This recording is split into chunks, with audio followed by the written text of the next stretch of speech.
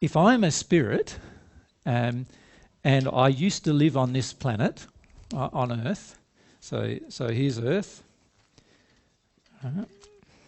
and I pass into the spirit world, so I'm now in the first dimension, the first sphere, let's call it, of the spirit world that's associated with this. So this is multi-dimensional space associated with the physical, this physical universe, if you like, and this is the first dimensional space surrounding the Earth.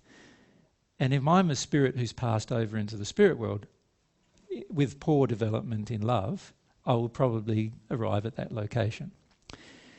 Now, in that location, there's all sorts of things happening. Like, for example, there's towns and cities, and there's people who still believe they're in war with each other, and there's all sorts of things going on in that dimension. It doesn't mean that that's truthful. It just means it's what's happening in that particular dimension. It's not all the truth.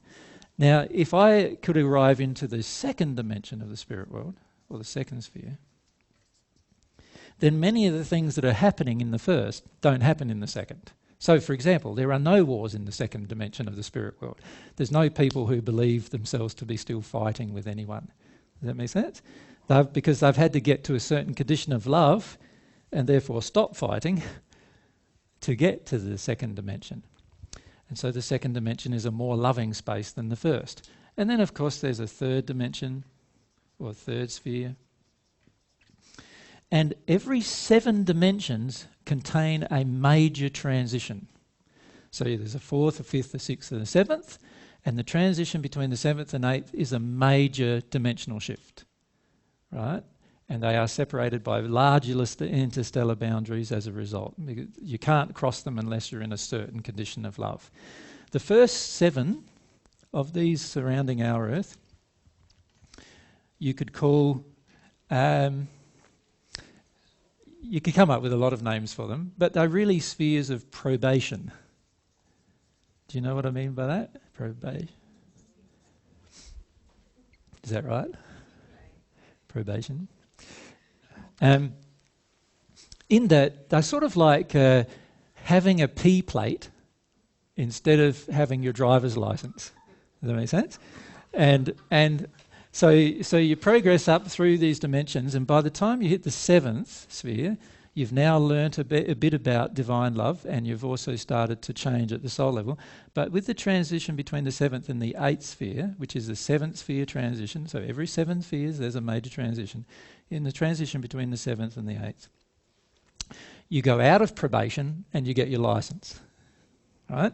Now, that is the shift into what I called in the first century becoming at one with God.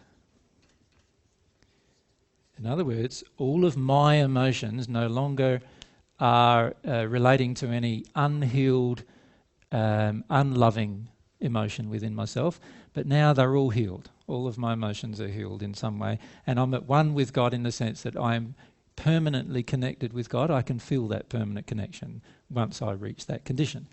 So once I reached that condition in the first century, I was 31 years of age then, and I became baptised because I decided to be, as a sign that that had actually occurred for my own sake. And that meant I'd finished my probation.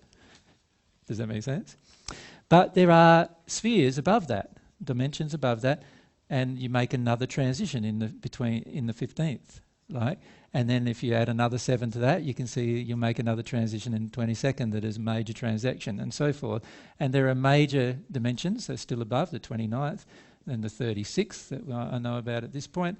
And this sphere, these are all major transitions, points of major transitions that we make. Now, how does that relate to the physical universe? How it relates is that every single one of these physical universes, once you get to this state of this dimensional space, the dimensional spaces around the physical universes start to amalgamate with each other. So what happens above this dimension, which is the soul union condition,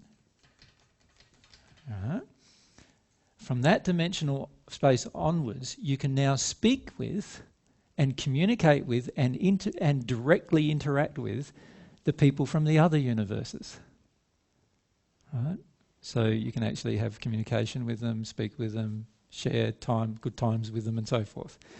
So myself and Mary have met other Jesuses, if you like. The first person who ever discovered divine love on a planet is sort of like myself in all of these other planets. And we've met them and had interactions with them and actually feel closer to them than we do to many other people because they have exactly the same experience that we've had. So this is a part of this this process, if you like. Now, in terms of the actual universe, the physical universe, every one of these physical universes, these slices, if you like, in the total circulating, rotating forces, they all have their own interdimensional space surrounding them until you get to a point where you've developed enough in love where you can meet each other.